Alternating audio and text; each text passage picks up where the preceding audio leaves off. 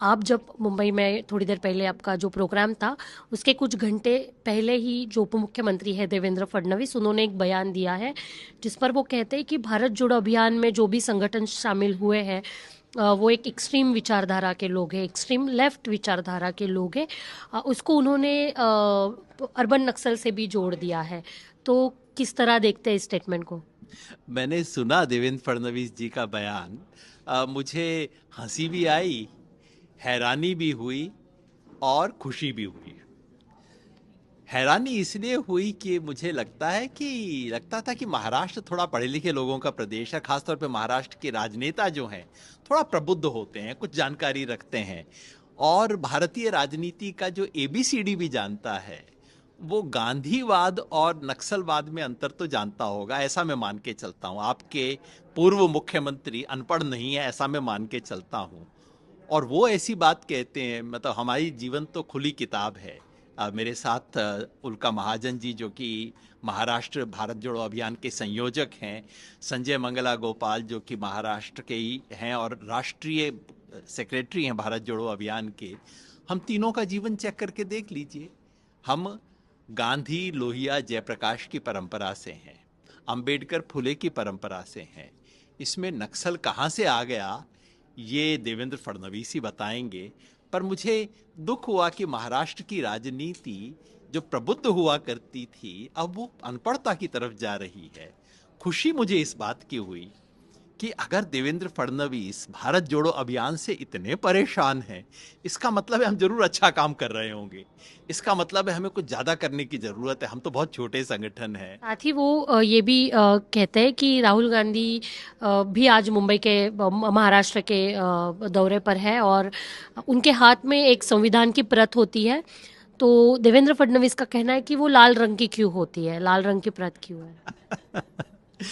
ये बड़े परेशान लग रहे हैं। मुझे लगता है कि ये चुनाव थोड़ा बीजेपी के लिए गड़बड़ जा रहा है। अब इन्हें लाल और नीले दोनों से प्रॉब्लम है। अब दिक्कत है, क्या करें? इस देश के संविधान में लाल भी है और नीला भी है। इस देश का संविधान समता की बात करता है।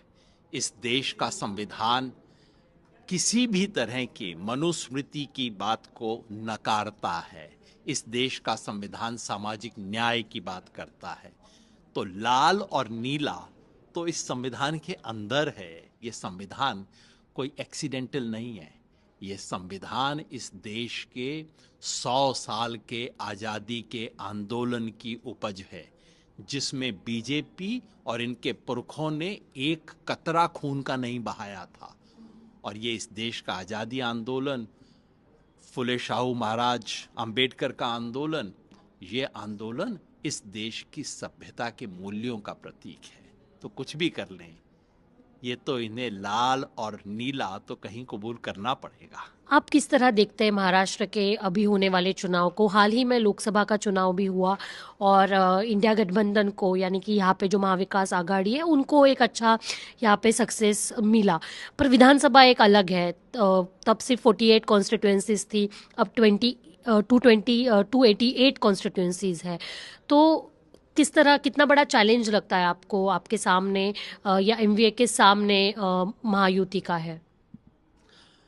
2024 के चुनाव में देश को बचाने में जिन राज्यों ने सबसे बड़ा योगदान दिया उनमें महाराष्ट्र है। महाराष्ट्र, उत्तर प्रदेश, बंगाल, इन 3 राज्यों ने इस देश के लोकतंत्र को बचा लिया।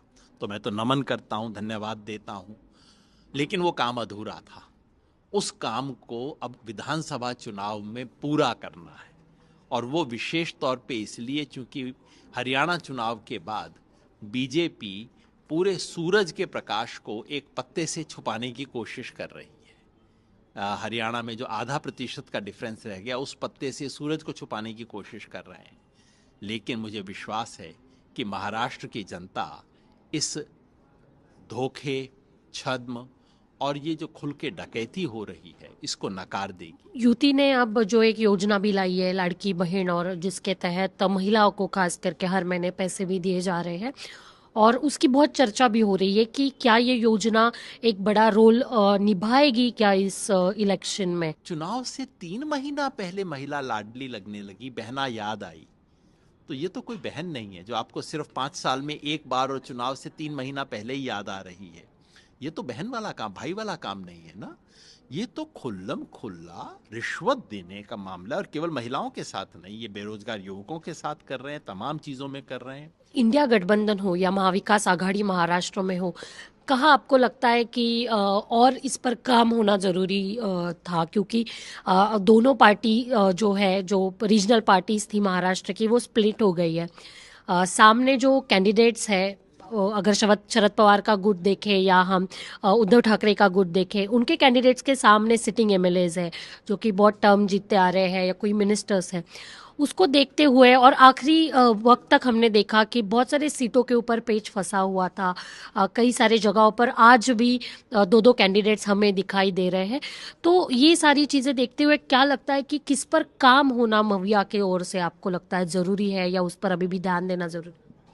ये सब चीज़ें तो जो होनी थी हो गई हैं। मैं समझता हूँ पहली बार महाराष्ट्र में चूंकि 6 पार्टियां आ गई थी, 6 पार्टियां क्रिएट की गई हैं, आधी तो क्रिएट की गई पार्टियां हैं, तो ये सब होना तो एक तरह से स्वाभाविक था। अब मैं समझता हूँ ये जो होना था अब हो गया। अब केवल ये है कि महाविकास आघाड़ी मिलकर, एकजुट होकर, एक मैनिफेस्टो देकर अब एक पार्टी की तरह से काम करें। क्योंकि स्टेक सिर्फ महाराष्ट्र की सरकार का नहीं है, सिर्फ मुंबई सचिवालय का नहीं है, ये देश का संविधान और लोकतंत्र बचाने का स्टेक है।